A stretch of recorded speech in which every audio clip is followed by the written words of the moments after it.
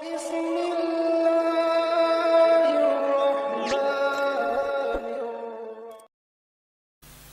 dadekke lemah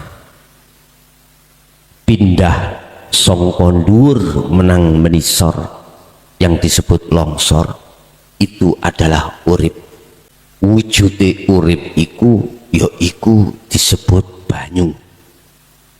Wujude urip iku den sebut lemah. Wujude urip iku den sebut apa sing tampak nyata di dunia ini. Niki bahasa ekstrim, Pak. Tapi duduk kok yo wujude banyu, lemah, apa wae sing ana ngalam dunya iki wujude urip. Assalamualaikum warahmatullahi wabarakatuh. Para pemirsa yang dirahmati Allah Subhanahu wa taala, pada kesempatan kali ini kami akan menyajikan sebuah tausiah dari Kiai Haji Mukhlason Rosyid dari Mojokerto. Marilah kita sama-sama menyimak dan mendengarkan apa yang disampaikan oleh beliau. Semoga Kiai Haji Mukhlason Rosyid senantiasa diberikan kesehatan oleh Allah Subhanahu wa taala dan diberikan umur yang panjang sehingga dapat selalu membimbing kita semua ke jalan Allah Subhanahu wa taala. Amin amin ya rabbal alamin. Perintahnya kita adalah ruhaniyah harus menghadap hidup. Ini perintah. Wastanibut taghut, ruhaniyah harus meninggalkan selain Allah atau disebut sebagai selain hidup. Contoh ini tadi tak singgung di forum khusus. Di daerah pegunungan ini kan musim hujan Bapak Ibu, otomatis rentan longsor.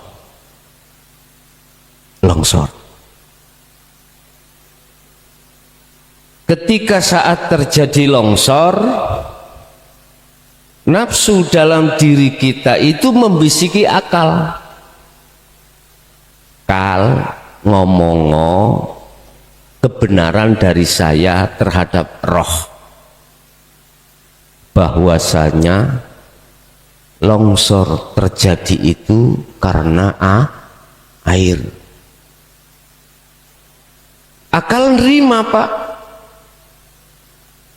Sebab andai kata tidak ada hujan yang lebat air, enggak mungkin tanahnya longsor. Dibisikilah roh itu untuk beriman, sesungguhnya sebab akibat kejadian ini disuruh untuk beriman, meyakini yang membuat longsor adalah air hujan. Ketika ruhaniyah jenengan kali kula, basirohnya, mata hatinya itu tidak terbuka, maka ruhaniyah gak bisa tembus, gak bisa iman terhadap Allah yang segala-galanya, gak bisa. Akhirnya ruhaniyah kita beriman, oh iya bener. Akhirnya ruhaniyah kita inilah, Pak, disebut ruhaniyah yang menghadap tidak pada hidup tapi terhadap tauhid yang berupa air.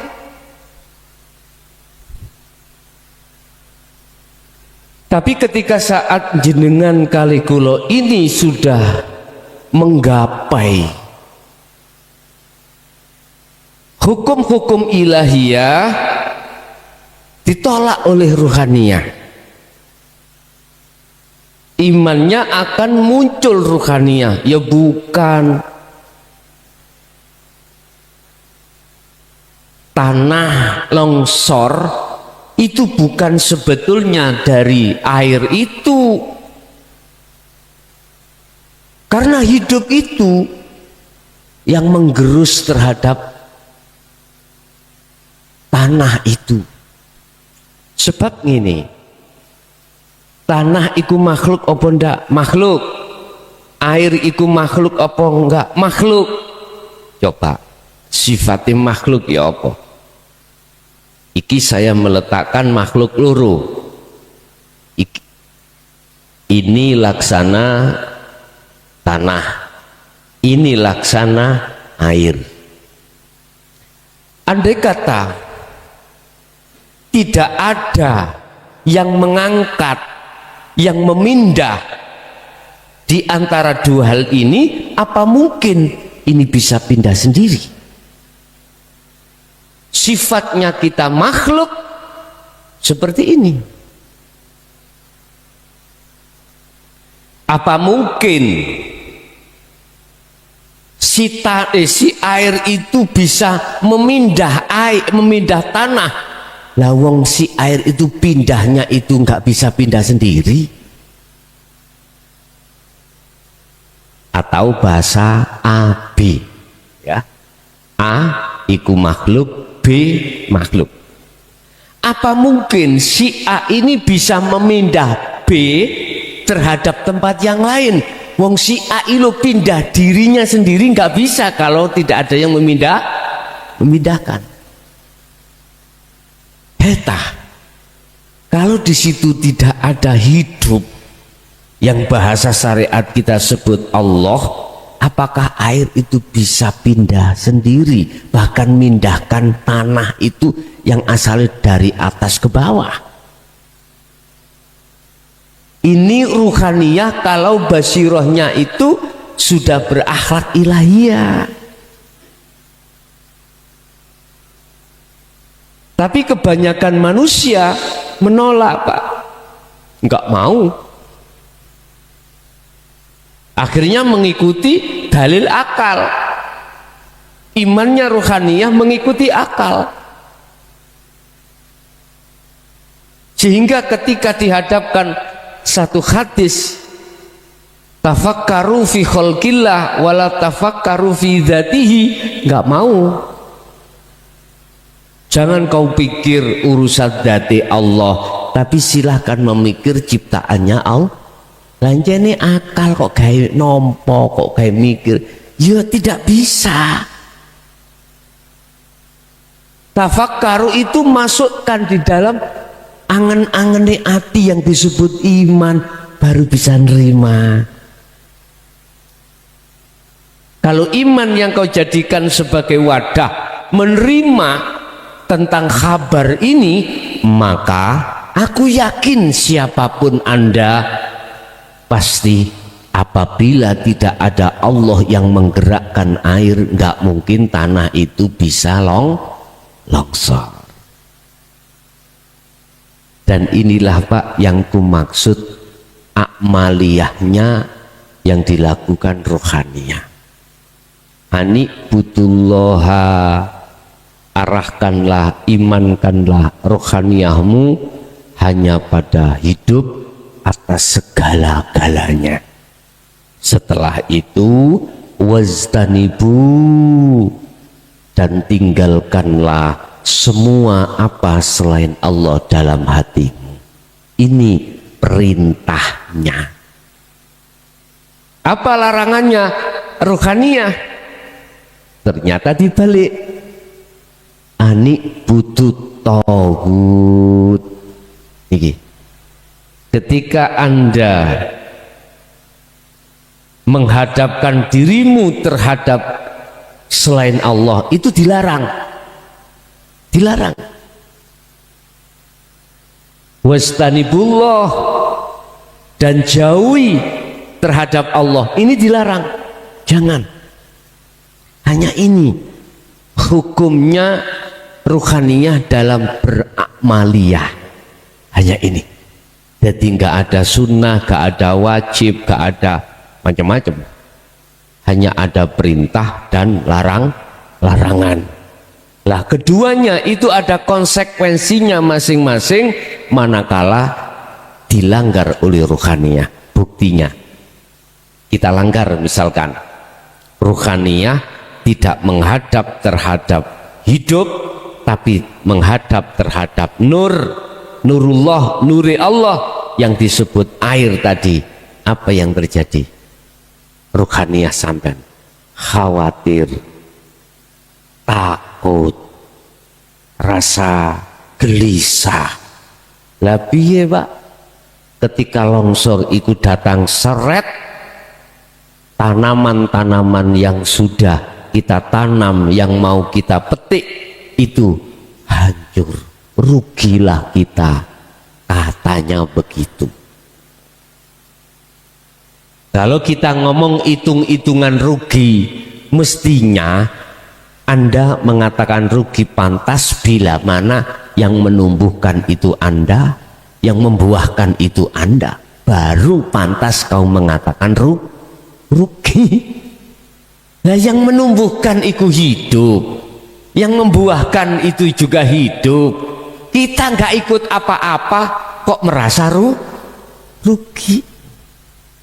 Itu hanya satu jawabannya, karena kita masih merasa ada, merasa memiliki, merasa menghendaki, merasa dan merasa.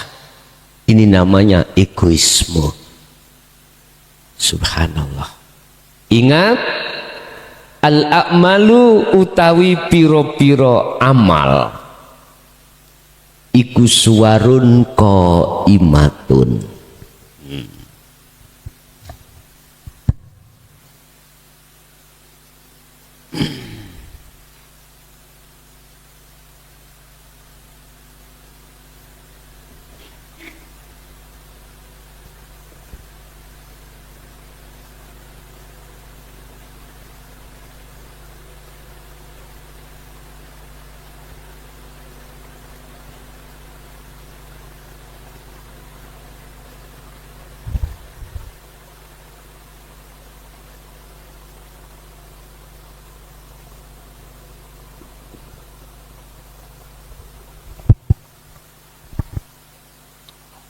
Al-a'malu utawi piro-piro akmal. Akmali penggawean Pak, penggawean apapun. Jadi di situ tidak harus ditentukan sholat tok ndak, zakat, poso ndak. Semua akmaliyah yang dilakukan oleh jisim iki Pak, ya jisim iki ya, jisim. Apabila tidak disertai akmaliyah ruhaniyah, tidak akan menjadikan bekal akhirat. Sebab apa? Semua akmaliyah itu suwarun qaimatun. Apa? Patung sing ngadeg jegegreg. Seperti sejarah beliau Nabi Ibrahim dengan Raja Namrud. Banyak patung-patung, ada yang kecil, agak besar, setengah besar, bahkan ada yang terbesar. Para kaum pada saat itu atas perintahnya Raja Namrud disuruh menyembah. Ini patung Tuhan kita, namanya ini yang membagi rezeki. Siapa yang ingin rezekinya banyak, sesajen suguh nyembah patung si A misalnya. Ini patung Tuhan yang menolak bahaya, musibah, kau harus menyembah patung ini. Wis begitu banyak. Bapak Ibu, amaliyah semuanya itu seperti itu, baik sholat, zakat, puasa, haji, ataupun apapun tanpa terkecuali. Nggak ada, nggak bisa mendatangkan manfaat atau mudarat, nggak bisa. Manfaati nggak bisa, dalam arti akan menjadikan bekal akhirat nggak bisa, kecuali wa arwahuha utawi piro-piro roe akmal iku mau cara patung ana roe apa yaiku wujudu siril ikhlas wujude rahasiane ikhlas fiha ing dalam akmal. Apa itu? Inilah Pak laku rohania. Inilah lakunya rohania. Harus ada wujudnya rahasianya ikhlas. Apa wujud rahasianya ikhlas?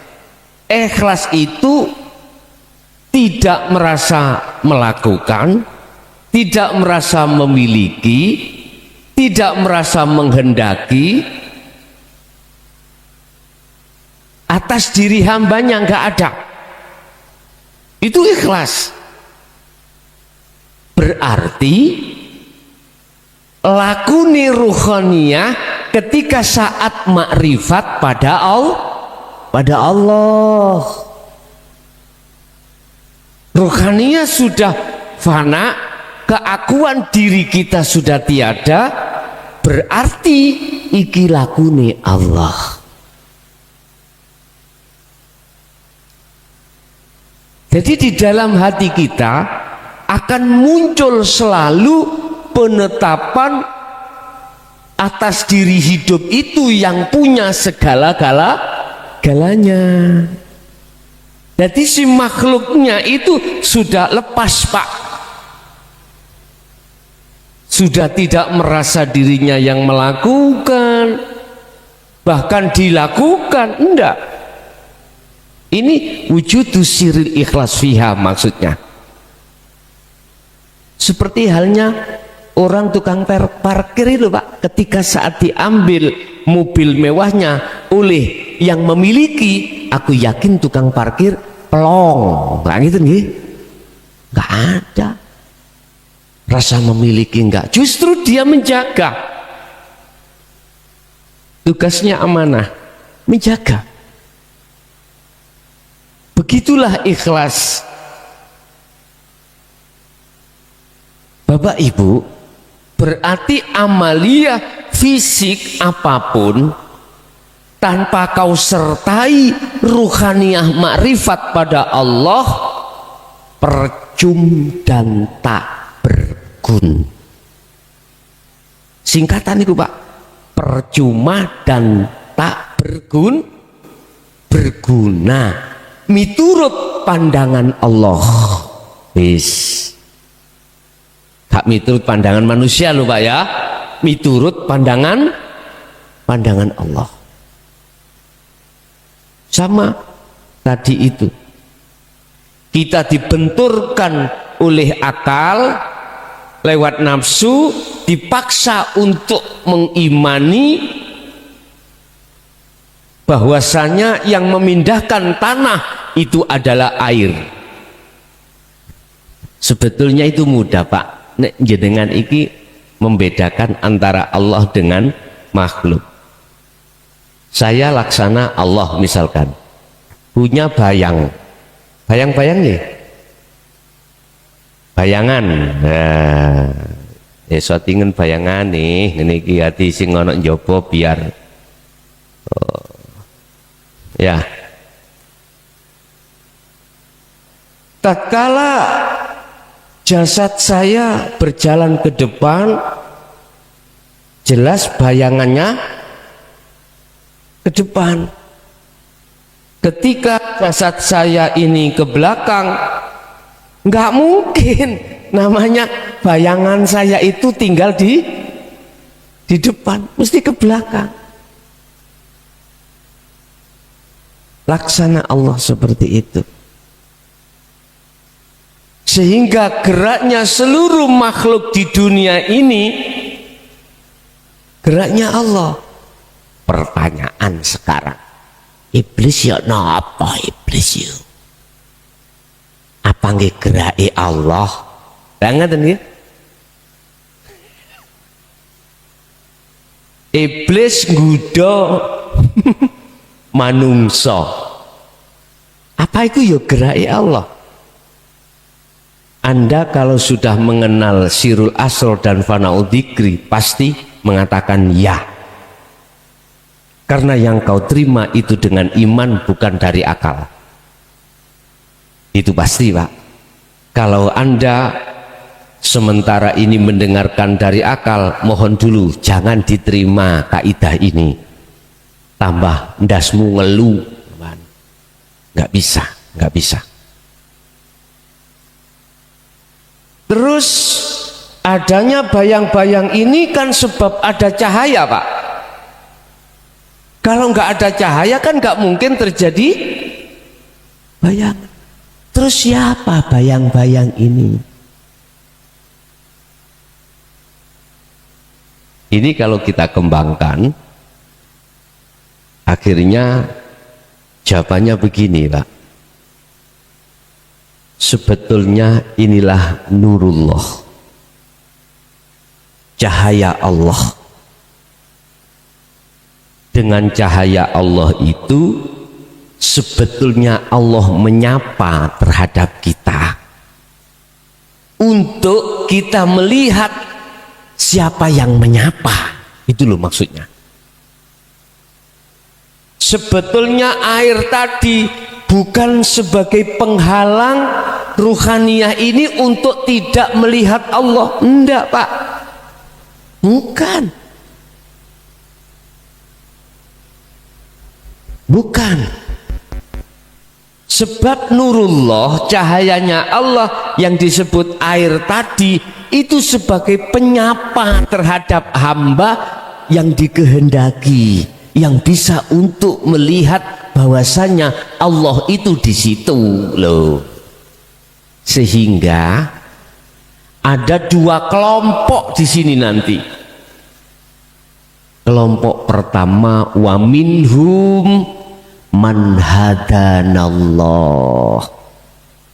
Kelompok yang dikatakan mendapatkan petunjuk dari Allah, yaitu kelompok yang ruhaniyahnya bisa tembus menyang urip hidup di situ. Tapi kelompok yang kedua, wa minhum man haqqat adz-dhalalah.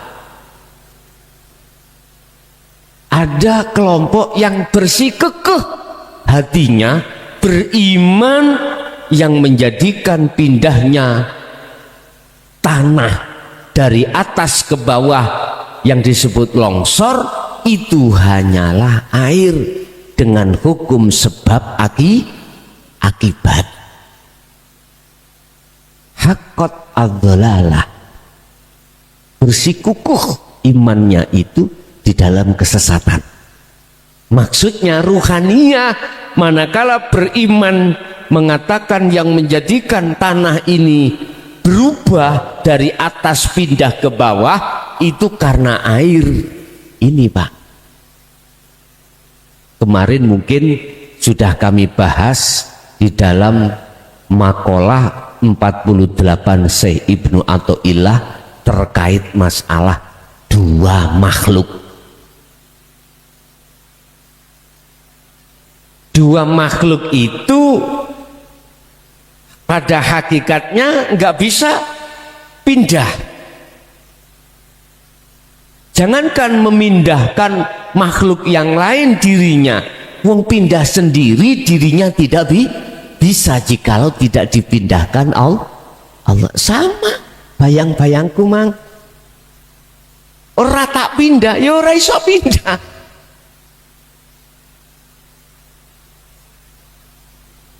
Jadi kalau menang ya melok menang. Saya diam ikut diam, saya jalan ikut jalan. Sopo iki Kang? Iki sopo iki?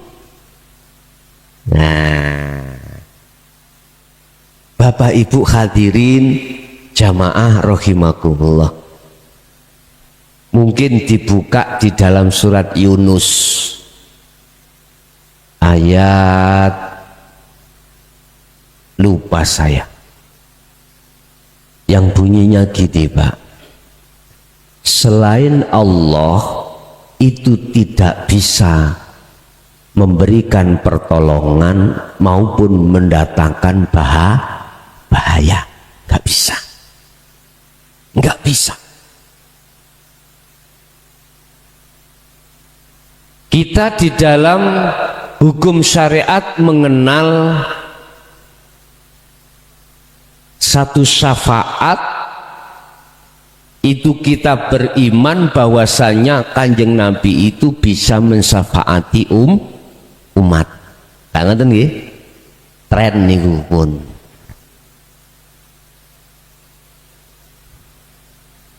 Bila mana ruhaniyahmu itu masuk di dalam substansi makhluk loh ya, menuduh terhadap makhluk yang bisa memberikan manfaat tanpa ada relasi hukum yang disebut diizini Allah, maka hukumnya syirik. Iki syirik jali, Pak. Sekarang syirik khafi. Manakala di dalam hati kita meyakini bahwasanya Muhammad itu adalah panjang tangan atau ngapunten,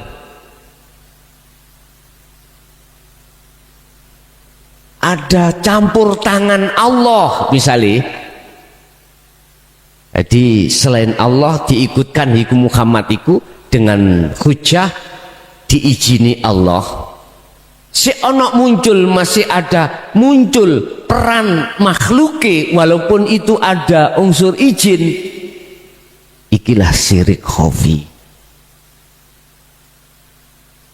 Lah yang tidak mengandung syirik sama sekali bagaimana? Anda dalam ruhaniyah, imannya Anda itu murni, tidak ada selain daripada Allah. Tapi kalau jatuhnya tadi yang awal dan yang kedua itu hanya secara fisik, akal, nggak apa-apa, nggak ada masalah. Tapi kalau yang kulo maksud ruhaniyah sampai jatuhnya itu loh, imannya terhadap selain hidup, ini yang bermasalah. Bapak Ibu, jadi amaliyah itu ada dua pandangan. Ada amaliyah yang dilakukan oleh jasmani, ada amaliyah yang dilakukan oleh rohani.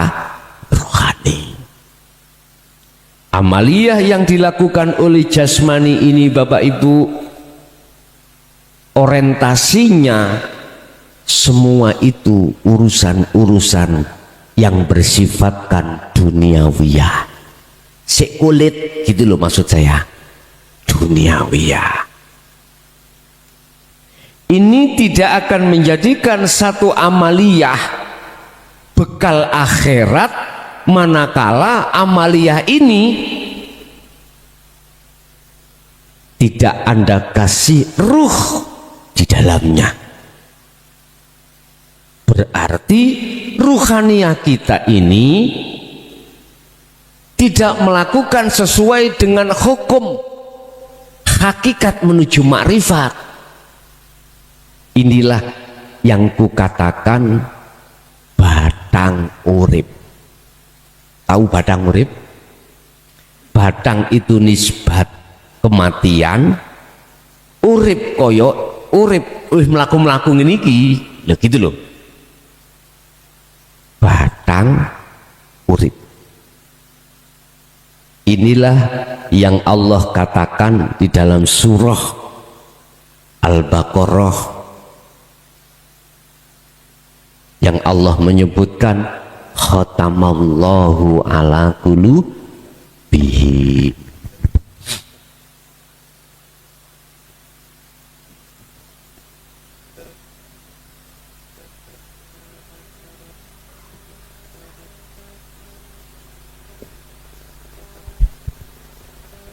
khotama ngunci nutupi sapa Allahu Gusti Allah ala qulubihim ing atase pira-pira atine manungsa.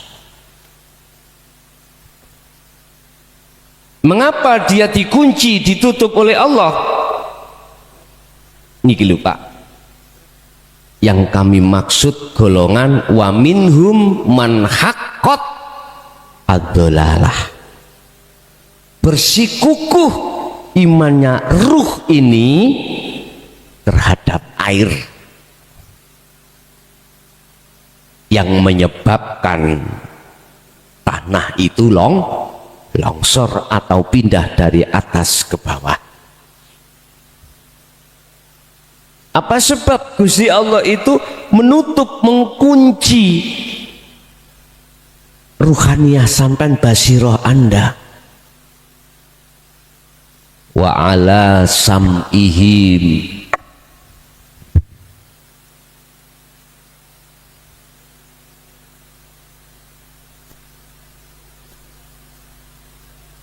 wa ala sam'ihim wa ala absarihim.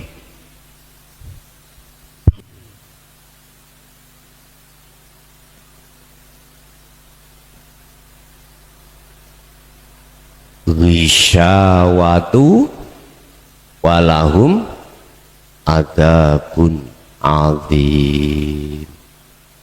Adabun ya apa ini? Ngain apa hamzah? Ini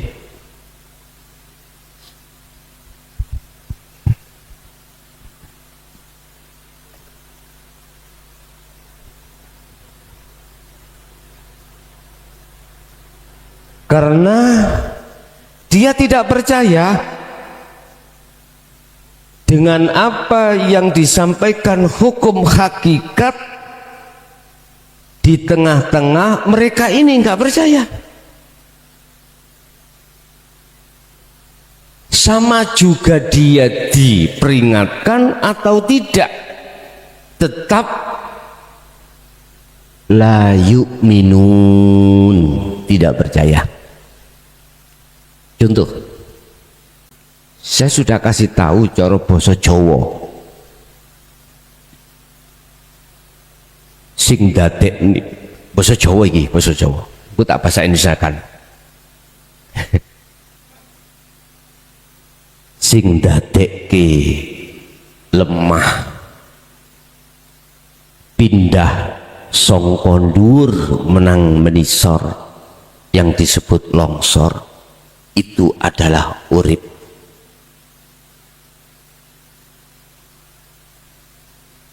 Wujude urip iku ya iku disebut banyu. Wujude urip iku den sebut lemah. Wujude urip iku den sebut apa sing tampak nyata di dunia ini.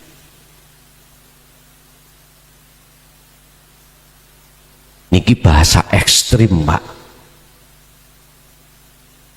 tapi duduk kok yo wujude banyu lemah apa wae sing ana ngalam dunya iki wujude urip. Duduk wis tak bahasa Indonesia kan.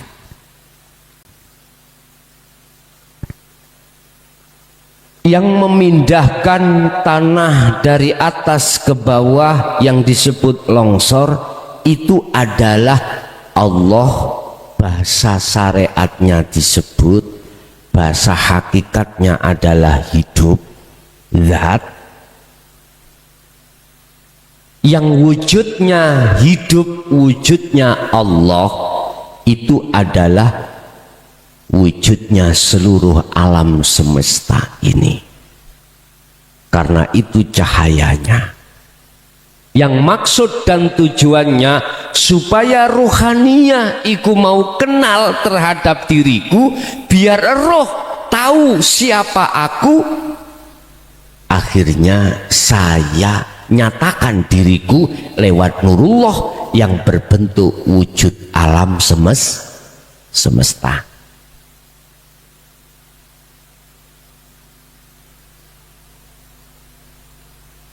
Bapak Ibu, ketika saat ruhaniyah manusia itu dihadapkan dua dilema. Tadi katanya wujudnya Allah hidup itu wujud dunia seisinya. Tapi kok di situ mengatakan wujud sak temene urip iku kok bukan dunia ini, alam semesta. Bingung aku.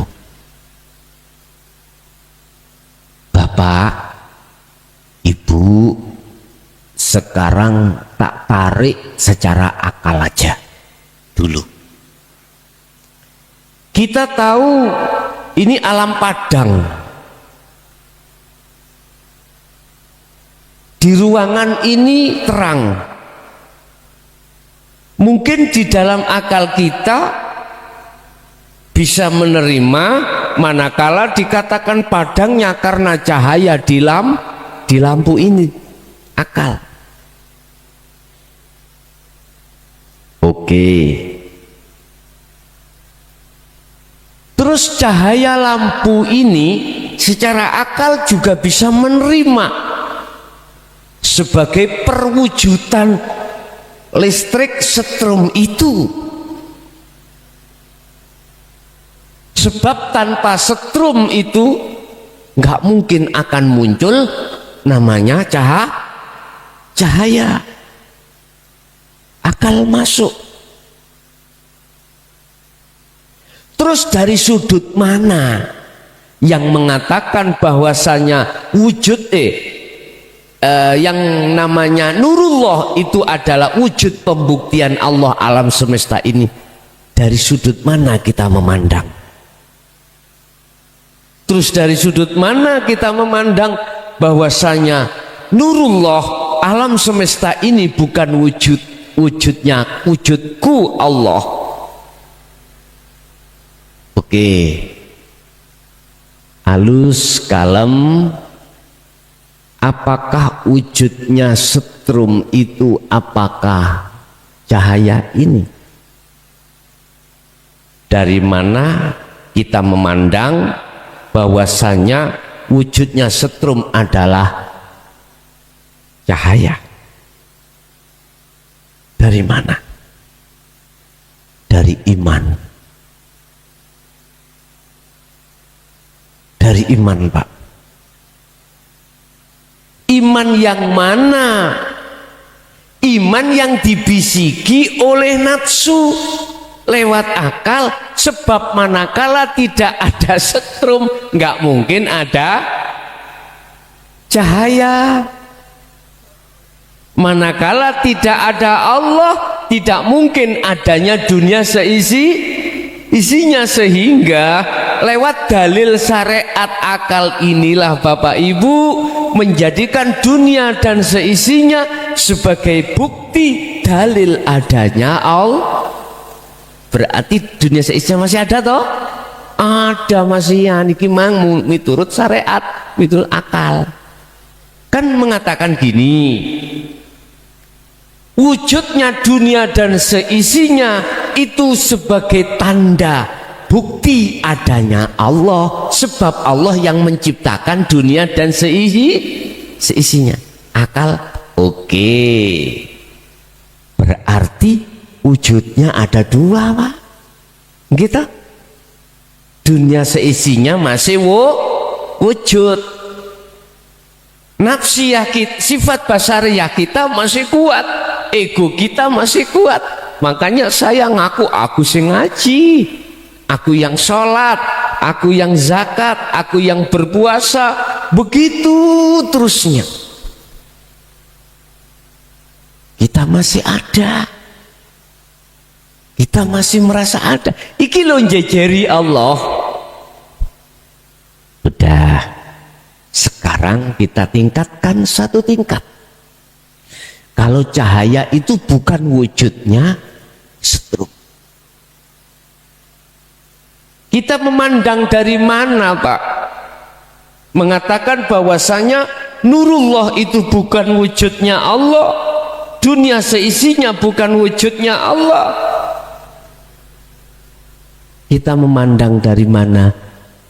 Kita memandang dari kebenaran iman yang disebut al-ihsan yang di dada. Berarti sudah terlepas dari pengaruh nafsu ini, sudah terlepas. Sudah terlepas dari pengaruh nafsu. Laksana jikalau kau betul-betul ingin tahu wujudnya setrum dalam kabel ini,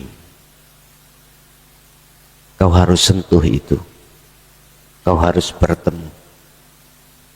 Ini ngomongin jasad loh, Pak, ngomongin jasad. Ini kan jasad, Pak. Apa yang terjadi? Akal langsung hilang, kalah. Akan jenengan langsung ketika itu udah akal langsung lali, lah gitu ya, sudah nggak berfungsi, nggak percaya, silakan. Mumpung di depan ada setrum.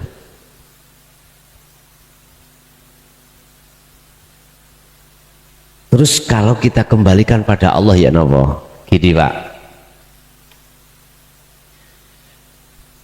kau harus pertemukan ruhaniyahmu itu kepada Allah di dalam iman yang sudah ihsan. Anta budallaha ka'annaka tarahu, kata Kanjeng Nabi, seakan-akan kau bisa melihat Allah. Bukanya dari mana? Ternyata bukanya dari sirul asrar, sehingga ruhaniyahmu itu sudah merasa meyakini sesungguhnya yang berperan hanyalah hidup. Ketika ruhaniyah itu sudah bersentuh terhadap Allah, ini saya katakan ainul basirah sudah. Apa yang terjadi? Anda tidak ada.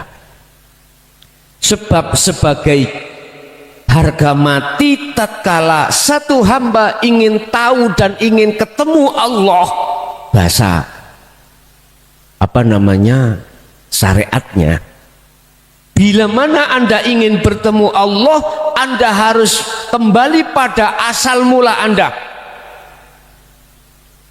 Hamba, asalmu asal itu ada apa tidak ada? Tidak ada. Asal kita makhluk kan tidak ada, Pak. Yang ada cuman Allah hidup itu. Jikalau kau ingin bertemu hidup, yo kembali yo ke asal. Kita sekarang adanya itu merasa ada sebab diadakan, lagi gitu toh. Sebab diciptakan. Oke. Kita harus kembali ke asal, tidak ada.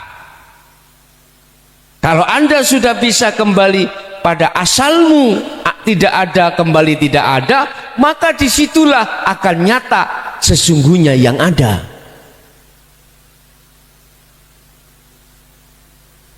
Seperti ini kalau si kurang cetho, Pak, tak jungkir walik aku. Dulu zaman-zaman kita, ya, ketika berguru terhadap masyayikh, satu nggak boleh tanya, dua kita sendiri mendapatkan keterangan pada zaman di mana belum keterus terangan seperti ini, bisanya kita nang dasiki mumet. Apa maksudnya? Dawuh demi dawuh iku selalu berorientasi dengan isyarah atau makna yang lembut sekali. Contoh tadi, Ger, jikalau kau ingin tahu siratal mustaqim, iku seperti rambut satu dibelah menjadi 7.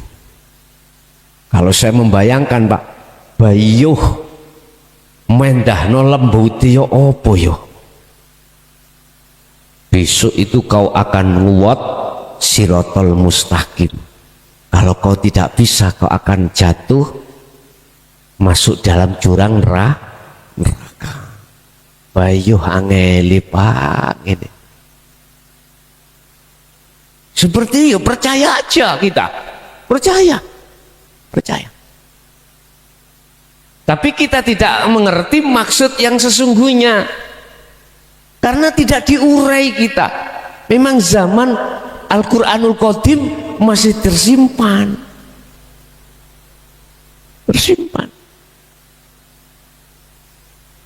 Cara Al-Quranul Karim, para guru masanya dulu itu tidak membengkokkan arti yang sebenarnya maksud. Lah ketika saat sekarang itu pengertiannya dari maksud yang sebenarnya itu dicidrai, maka perlu dong Al-Quranul Qadim itu diturunkan sebenarnya ini. Satu contoh ini.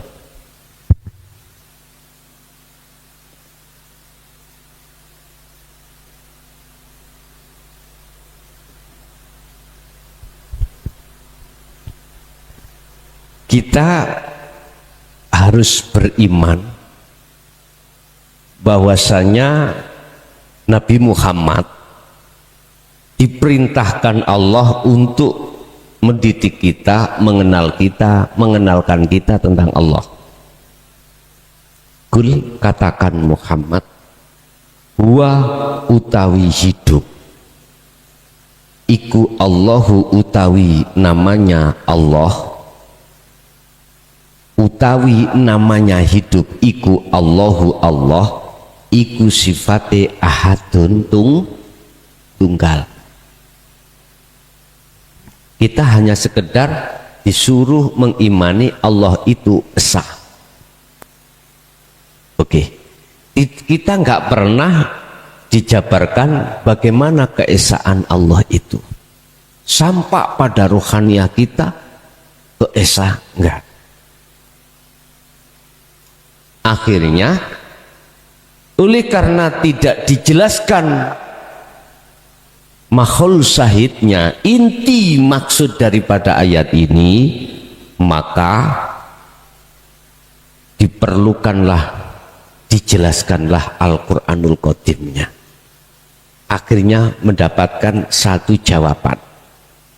Kul, katakan ini apa? Apa diucapkan ini? Bukan. Iman di dalam hatimu yang tadinya itu tidur melulu, bangunkan Pak, untuk bertemu terhadap Sang yang hidup, yang disebut sebagai Allah, namanya Bismillah, iku Ahad Esa. Jikalau imanmu itu bisa kembali kepada Sang yang hidup yang disebut Allah ini, barulah Anda akan mengerti tentang Ahad. Kulo ngaji Al-Quranul Qadim itu Pak, mulai tahun 2000 sampai kapan khatame kok?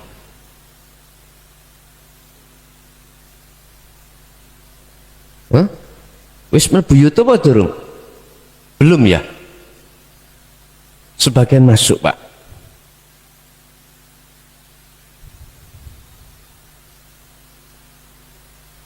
Lewat kitab ya, lewat Quran ya, secara Al-Quran Karim ini. Tapi yang akan kami jelaskan itu dari sisi tauhidnya. Contoh seperti itu tadi. Itu tadi Al-Quran Qadimnya. Seperti itu. Apabila Anda menerimanya dengan iman, kau taruh dengan akal, nggak bisa kau terima Pak.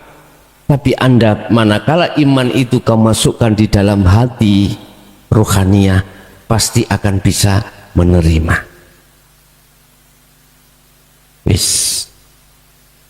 Bapak Ibu hadirin jamaah rahimakumullah, inti pungkasnya tentang amal atau amaliyah, tatkala amaliyah itu waktu di dunia ini tidak ada kolerasi hukum tentang hakikat makrifat,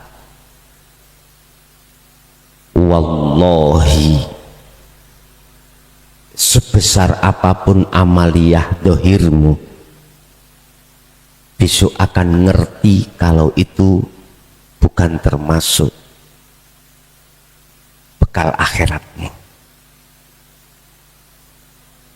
Udah, percaya kan tidak percaya itu urusan Anda sendiri. Saya mengambil keputusan ini dari sudut pandang hakikat. Buktinya kita amalia secara jasmani, Pak, bagus.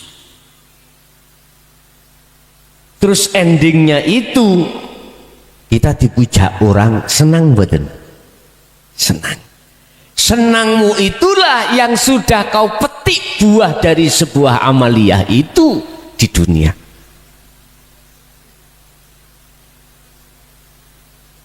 Ini sudah kau petik. Sementara al-mazra'atul akhirah, ad-dunya mazra'atul akhirah, sudah kita petik, Pak.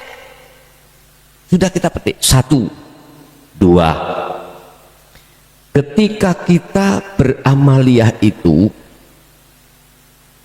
yang tidak ada kolerasi hukum hakikat makrifat, aku tanya, apakah di situ itu kita masih merasa diri kita yang melakukan? Enggak. Rumus mengatakan pasti kita merasa yang melakukan. Terus kalau kita merasa yang melakukan, mana yang disebut wujudnya rahasia ikhlas? Enggak ada. Berarti seperti patung. Kalau seperti patung bisa manfaat badan? Tidak bisa. Tak percaya, sana ke Mojokerto, tempatnya patung, Pak. Di Mojopahit, Desa Trowulan, tempatnya orang-orang yang pandai memahat batu menjadi patung. Misalnya jenengan kepingin wajah sampai diabadikan, Pak, mudah kesana, di foto jret, Pak, tolong wajah kula, awak kula sampai dadekno patung dugi watu. Mojokerto, desa kecamatan Trowulan, lihe-lihe kesana. Habis itu sampai taruh di depan rumahmu, saya tak kesana. Patungnya misalnya namanya ditulis ya Kang Dul. Kang Dul, sumet rokok aku ya. Sakit, Pak? Gak bisa. Gak bisa. Subhanallah. Jadi ojo dumeh dhisik. Kita laku dohir apik terus ngilokno wong liya laku elek iku elek. Ojo dumeh iku ya apa bahasa Indonesianya, Pak? Ojo dumeh dhisik, Gini loh ya, wis. Syekhul kalamnya itu gini. Anda ketika laku becik, laku bagus, ojo dumeh dhisik. Jangan bangga lagi. Anda jangan bangga dulu ketika Anda melakukan sebuah amaliyah yang miturut hukum syariat benar, terus menghina orang lain melakukan hukum syariat gak benar, tetapi ruhaniyah kita tidak disertai makrifat pada Allah. Paham nih maksud kula? Sebab orang yang melakukan yang jelek secara dohir belum tentu juga dia rohaniah tidak melakukan. Sebab ada kaidah yang mengatakan di dalam kitab Hikam, Ibnu Athaillah dawuh, bila mana kekasih Allah tatkala dijatuhkan laku maksiat. Jadi ada masa 4 Pak ya di sini. Maksiat, taat, bala, dan nikmat. Ada kekasih Allah tatkala dijatuhkan laku maksiat itu dimunggu Allah gak jadi maksiat Pak. Enak nggih? Enak dasmu ngono ah. Beliaunya lo kepingin ngeles secara syariat, dia kepingin ngeles tapi gak iso. Kok bisa menjadi gak maksiat? Ngeten Pak, mungkin Anda mengatakan maksiat secara fisik lah, ngeten nggih. Beliau lalai dari Allah itu maksiat. Dia lalai ruhaniah dari Allah itu munggu beliau sudah ke buku maksiat.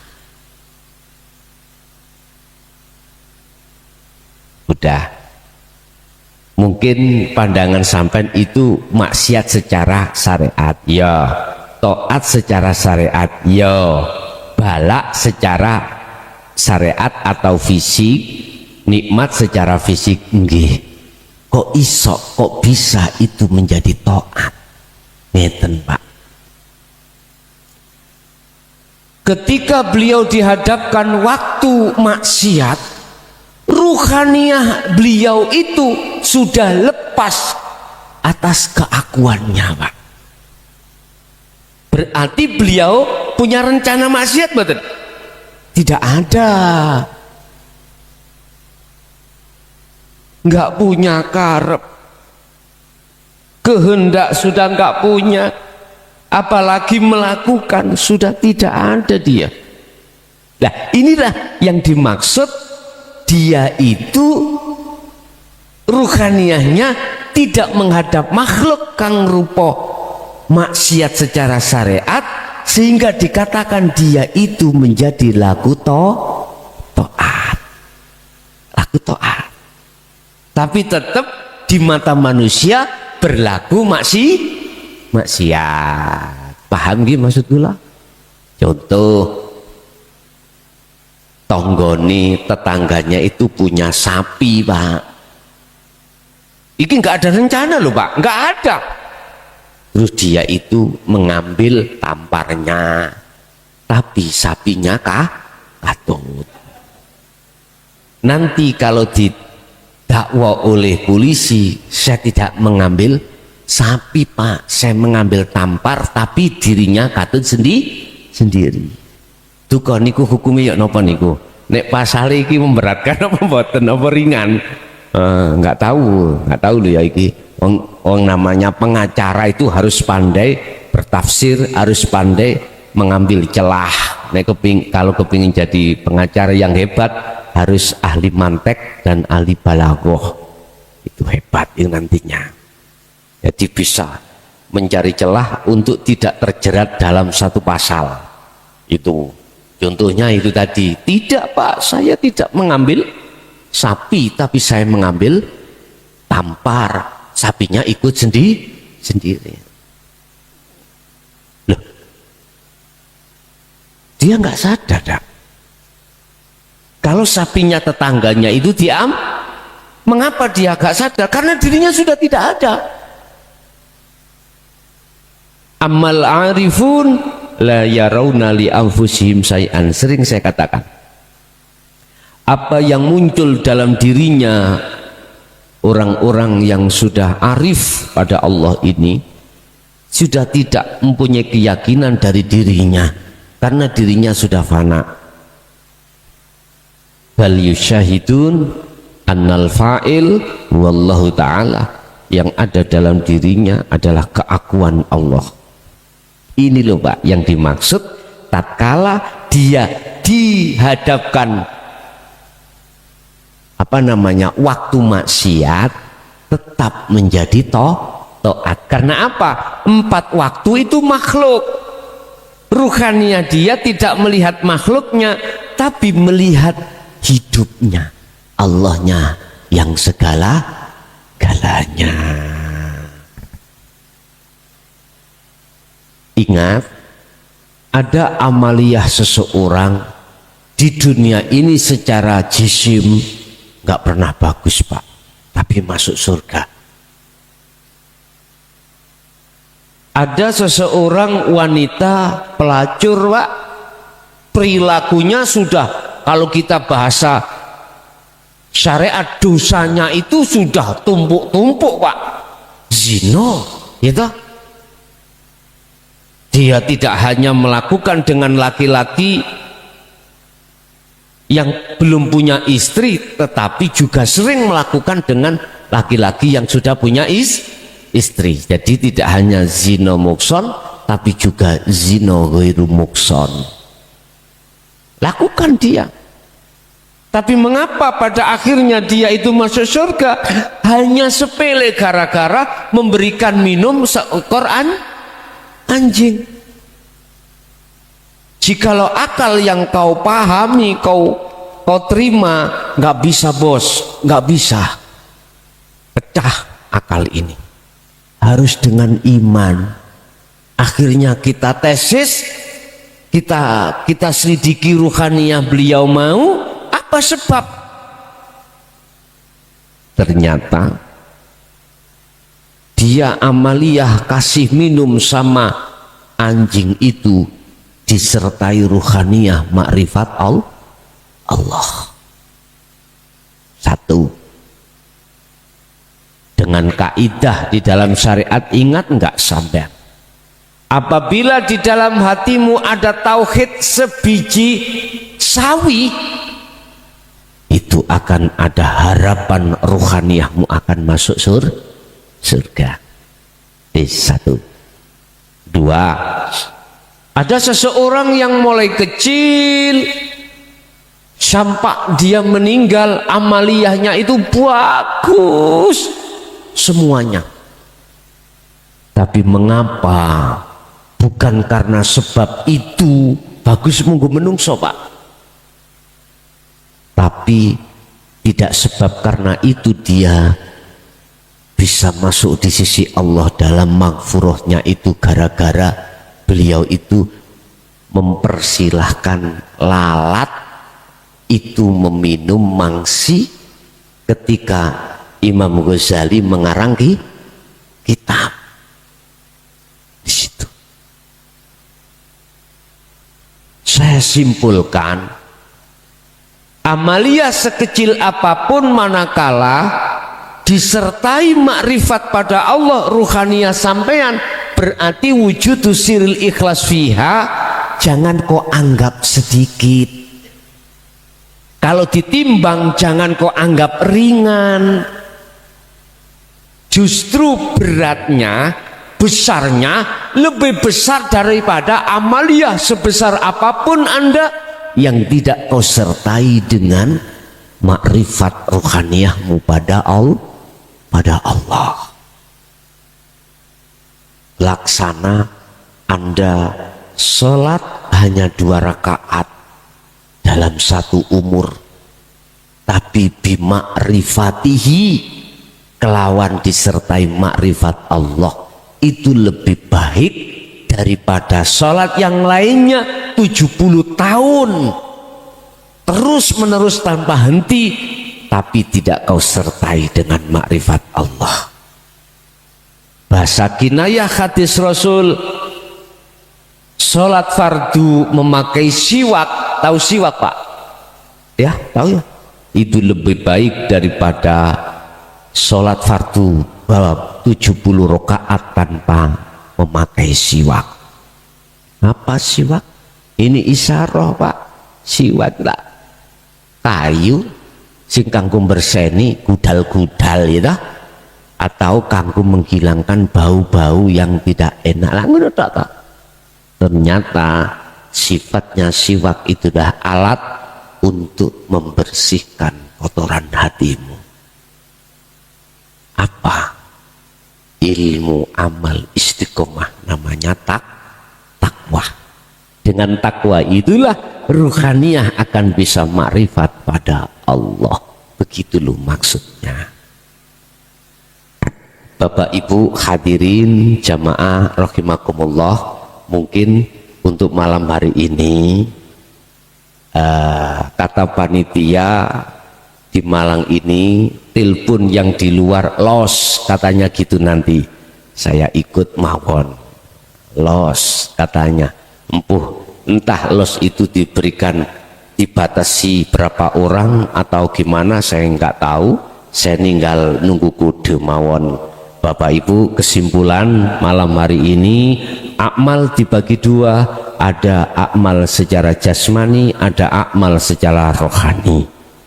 Akmal secara jasmani memakai hukum syariah, akmal secara jasmani memakai hukum syariah, akmaliyah secara rohani memakai hukum hakikiyah. Barang siapa berakmal jasmani tanpa rohani, laksana Anda itu, mohon maaf ya, meletakkan namanya telur di bawah induk ayam tapi nggak ada lasnya.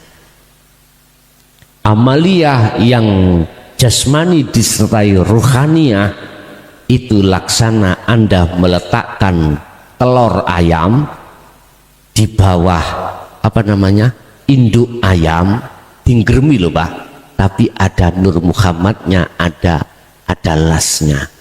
Mana yang menjadi hidup nanti, mana Anda sudah bisa menjawab sendiri. Mana yang akan memunculkan hidup, mana, dan atau mana yang akan bisa menetas antara dua telur, mana Anda sendiri yang bisa menjawab.